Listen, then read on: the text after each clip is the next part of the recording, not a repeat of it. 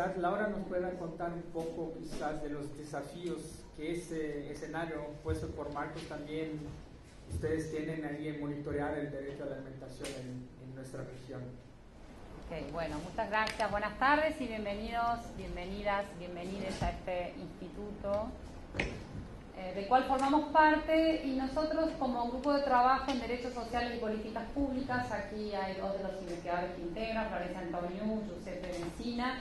Integramos también el ODA, que es el Observatorio para el Derecho a la Alimentación Adecuada, que está integrado por facultades de Derecho de la región, con un patrocinio de FAO regional con la sede en Santiago, que justo en este momento en paralelo están sesionando en Cartagena, están teniendo el evento anual. Entonces Maximiliano Carrasco, otro de los investigadores que integra este equipo, está en este momento en Cartagena, está un poquito más fresquito me parece que nosotros aquí.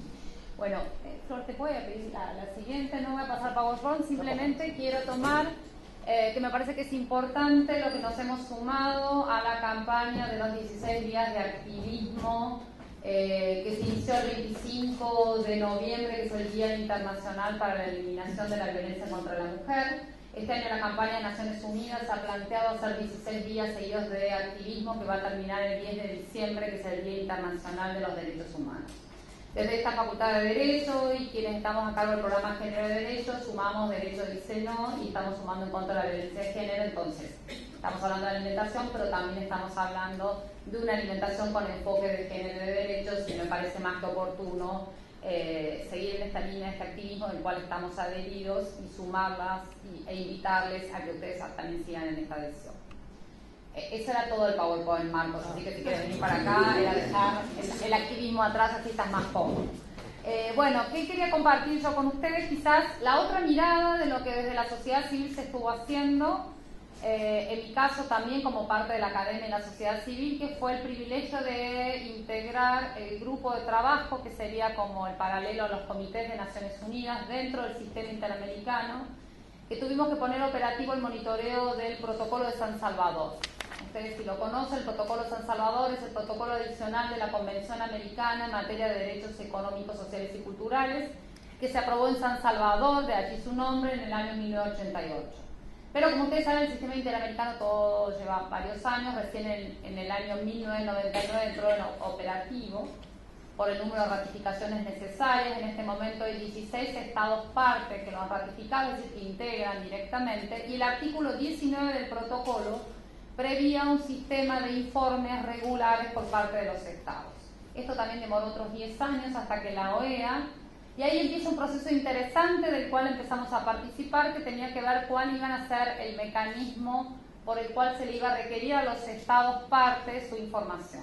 Y de alguna manera, tomando el aprendizaje que ya se había hecho desde el sistema de Naciones Unidas, se superó la idea de los cuestionarios hacia los estados en relación al cumplimiento de las obligaciones contenidas en estos derechos, y se trabajó con la idea de incluir evidencia empírica. Y esto creo que es un escenario sumamente interesante a partir de incorporar indicadores de progreso, es decir, unidades de medida que permitiesen, a partir de una interpretación del alcance del protocolo, la posibilidad de medirlo con estas herramientas, que entre otras potencialidades que tiene la incorporación de evidencia empírica es la posibilidad de medir sistemáticamente un estándar central en el campo de los derechos humanos, que es el estándar de progresividad, y particularmente poder monitorear la prohibición de regresividad, esto que los estados muy claramente no pueden retrotraer sobre derechos adquiridos, con lo cual, de cara a toda la agenda que planteó Marcos, hay muchos elementos que nos pueden permitir también medir dónde efectivamente existió progresividad, que no es simplemente medir avances, que se avanzó, y acá está Liliana Parada, con eso trabajamos muy fuertemente y varias veces en varias oportunidades nos acompañó para compartirnos con gran generosidad todo el trabajo, y muchas de las organizaciones que también están aquí, que han integrado el Frente Parlamentario contra el Hambre. Bueno, este es un gran dato, pero ahora, para que efectivamente miramos progresividad, hay que ver cómo se recepcionó en la legislación interna esta iniciativa del Frente Parlamentario y una serie de políticas públicas que acompañan. Es decir, no son solo simples mejoras en términos de datos socioeconómicos, sino implica medir esta interdependencia de derechos que tan sabiamente consagra con un logro fuerte de la participación de las organizaciones de la sociedad civil, la Convención de Viena de Derechos Humanos de 1993, que en su plataforma de acción establece los derechos humanos son universales, interdependientes e indivisibles. Por lo tanto, no es necesario que solamente se garanticen derechos civiles y políticos, sino también derechos económicos, sociales y culturales. Entonces, el desafío es múltiple. Ustedes me dirán, bueno, el protocolo de San Salvador, ¿qué pasa con la alimentación? Es interesante porque el protocolo de San Salvador reconoce el derecho a la alimentación adecuada.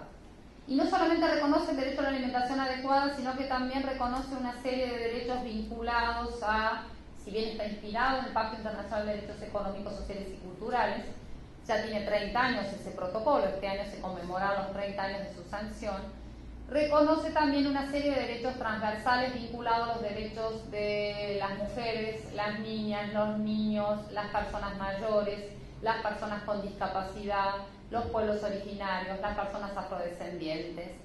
Y esto permitía también trabajar sobre ciertas categorías transversales. Entonces, el gran desafío que tuvimos quienes integramos, y en mi caso como experto independiente, la definición de esos indicadores, en primer lugar fue el primer desafío el diálogo con los estados. Nosotros propusimos una primera matriz de datos y cuando vamos a bajar estos datos del derecho a la alimentación adecuada, no podíamos medir muchas de las cosas que, por ejemplo, tomando lo que planteó Marcos y lo que planteó Alejandra, que estaban en el observatorio, se podían medir, sino que nos teníamos que circunscribir como mecanismo de monitoreo a nuestra unidad de medida, que es el protocolo.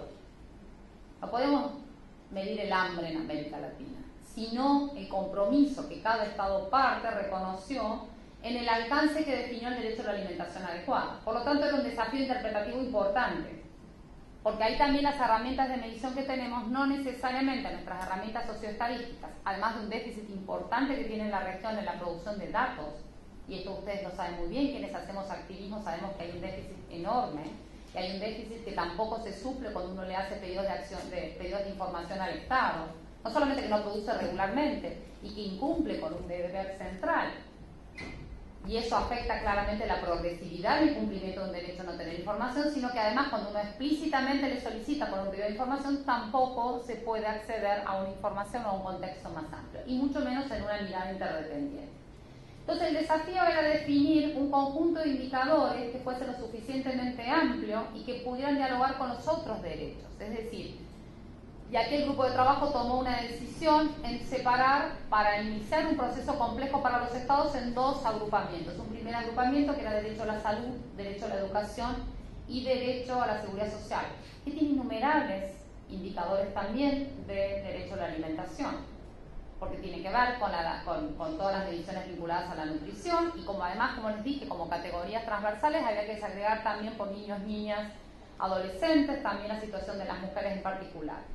Y un segundo agrupamiento, para pensar que los estados fueran informando de manera periódica, contemplaba el derecho al trabajo y libertades sindicales, derecho a la seguridad,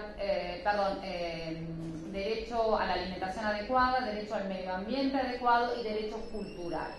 Donde derechos culturales estaba hablando como el gran tema en este momento de agenda, el tema de las semillas, también cómo podíamos reflejar este tipo de derechos culturales en una región que básicamente tiene una importantísima diversidad cultural que no solamente no integra las políticas culturales de los estados, sino claramente está invisibilizada, muy parecida a los enfoques vinculados a género. Entonces el desafío era múltiple. ¿En qué avanzamos? Y quizás lo que me parece más rico contar de un mecanismo que ya está puesto en marcha a partir del año, y fue muy interesante. Todos quienes estamos aquí hemos tenido una larga vinculación con FIAN, y FIAN nos acompañó mucho en el proceso de negociación con los estados, porque en primer lugar, ese informe que tienen que presentar los estados con un conjunto muy amplio de indicadores, son 714 indicadores. Piensen que la Agenda 2030, que está trasnochando a los estados en relación a su cumplimiento, tiene más o menos unos 240 indicadores. Nosotros nos largamos con un informe de 714 indicadores para 16 estados partes. Y no fue imposible, fue aprobado. Pero lo interesante es que fue aprobado por Asamblea General de la OEA, con lo cual le da un carácter vinculante al sistema de monitoreo en base a evidencia empírica, y creo que ese fue un gran avance, que en el sistema interamericano conocemos bastante poco las potencialidades y las riquezas que tenemos allí.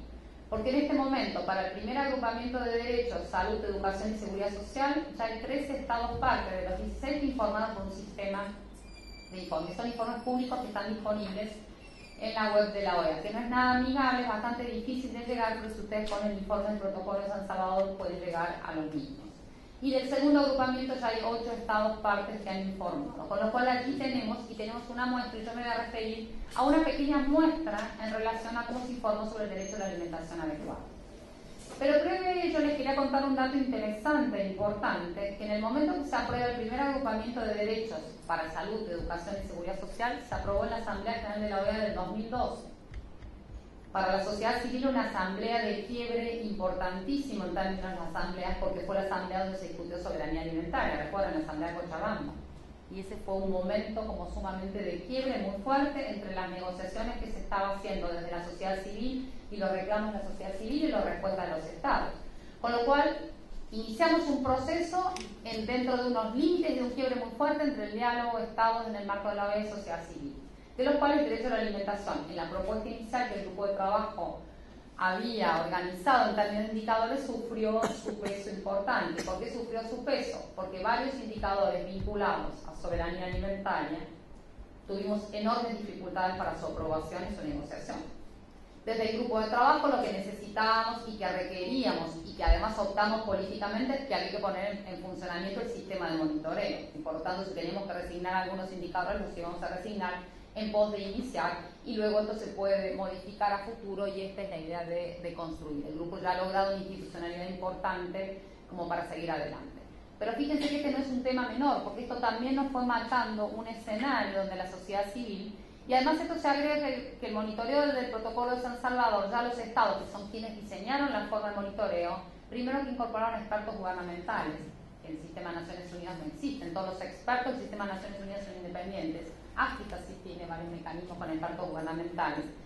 Y aquí el sistema interamericano incorpora 3 expertos gubernamentales, en ese momento titulares suplentes, OEA modificados, hay una nueva resolución de la última asamblea de la OEA, pero en todo caso está la figura de estos expertos gubernamentales, que es un cambio de agenda fuerte. Hay solamente 2 expertos independientes, y al inicio estaba previsto la participación de 2 comisionados, 2 integrantes de la Comisión Interamericana de Derechos Humanos, y hoy en la actualidad, en la última modificación de la composición del grupo de trabajo, está incorporada la relatora, en este momento es una mujer, pero es la relatora DESCA dentro del grupo de trabajo.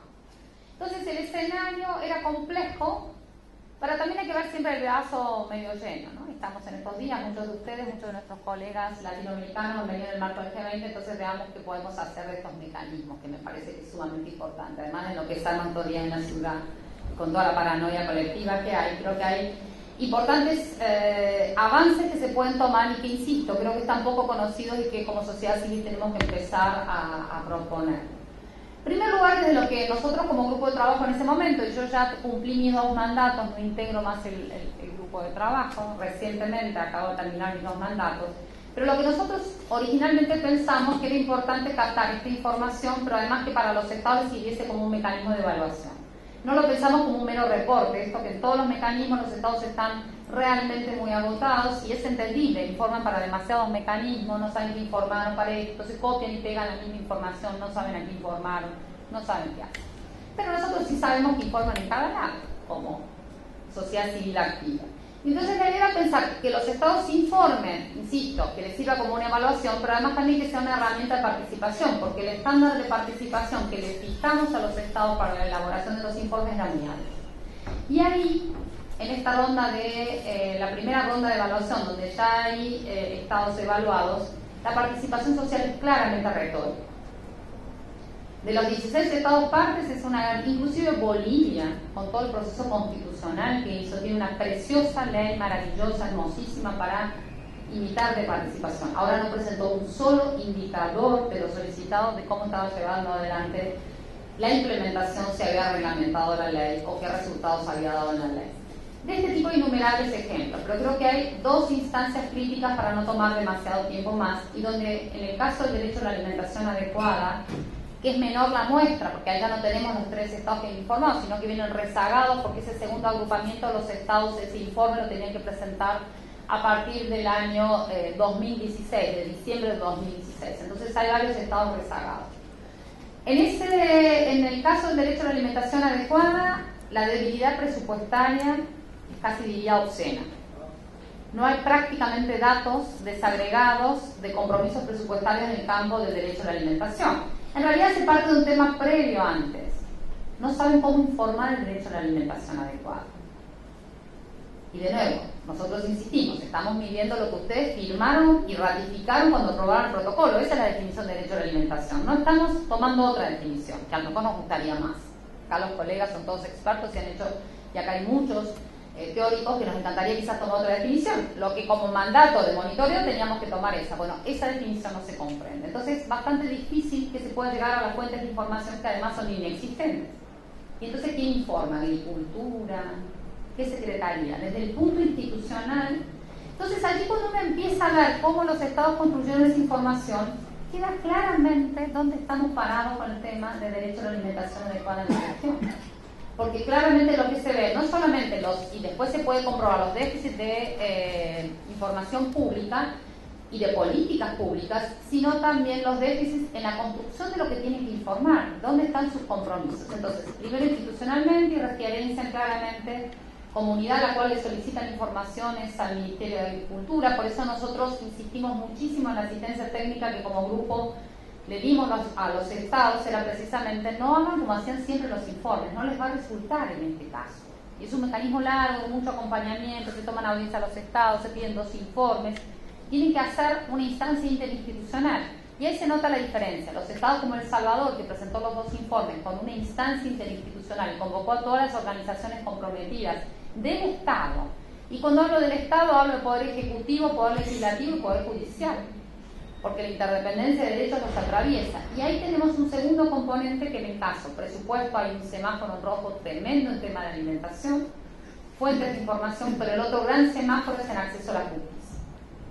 No solamente hay algunos países que están avanzando en construir algún fuero de derecho a la alimentación, como gran novedad, los países de Centroamérica están en esta línea muy tibiamente, lo informan muy tibiamente. Esto ustedes pueden acceder porque son públicos los informes que ya están dentro de la página de la OEA, pero sino que no tienen idea de quién recepciona los casos y cómo se han calculado los casos en casos de demanda de acceso a la justicia. Pero nosotros también le solicitamos un concepto de acceso a la justicia en sentido amplio. ¿Qué significa este concepto de acceso a la justicia? Digamos, ¿qué mecanismos administrativos también había reclamos de denuncia? Con esto hay una desinformación total.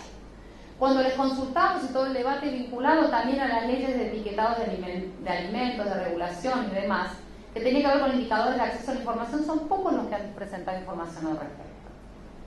Y probablemente estaba en el Estado. Y ahí también viene un punto importante, cómo el Estado se posiciona, y tiene que ver un poco con el rol de las cancillerías, en relación a los mecanismos de monitoreo. Porque en muchos casos comprobamos información que no pusieron, no incluyeron en el informe, está disponible en la web de los estados. Pero el que armó el informe pegoteó, como no hicieron una instancia de diálogo participativa entre las distintas instancias, no pudieron reflejarlo. Con esto, para ir cerrando, creo que hay muchos aprendizajes en esta relación. En primer lugar, estamos todos muy preocupados por la Agenda 2030 y este mecanismo de monitoreo del protocolo de San Salvador se adelantó a la Agenda 2030. Es decir, son más indicadores, por supuesto que los 714 indicadores ningún Estado ha informado. Ahora México ha hecho un avance que es para darle seguimiento muy interesante, con un asesoramiento del programa de Derechos Humanos de la UNAM, que la UNAM proveyó al grupo de trabajo una experta independiente extraordinaria, que es Laura Elisa Pérez, y quien integra el grupo de trabajo. Lo que ha hecho ahora el gobierno de México es hacer un sistema de indicadores que se vaya retroalimentando de manera permanente con datos abiertos. Entonces hemos hecho, ahí creo que México ha hecho un avance muy importante a imitar por los estados, sobre todo los estados que están y que han ido regularizando sus leyes de acceso a la información pública y pasar por datos de gobierno abierto.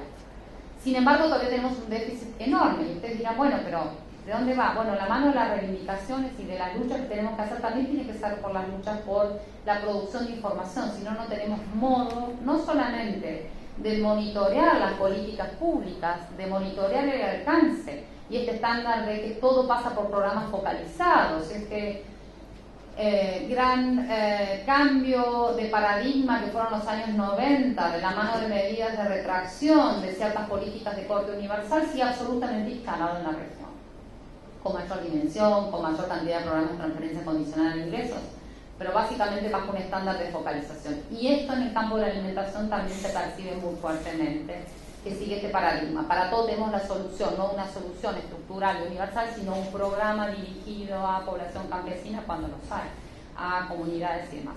Entonces, para cerrar, creo que hay una herramienta muy importante de no solamente de consulta, sino también de rendición de cuentas, que la sociedad civil podemos hacer un gran uso, quienes hacemos investigación también podemos hacer un gran uso, es como el Estado también se presentó, qué informó y qué va a informar de cara al 2019 cuando es la obligación de que tiene que presentar su informe. Y también de reclamar a los estados que todavía no han presentado los informes que lo hagan.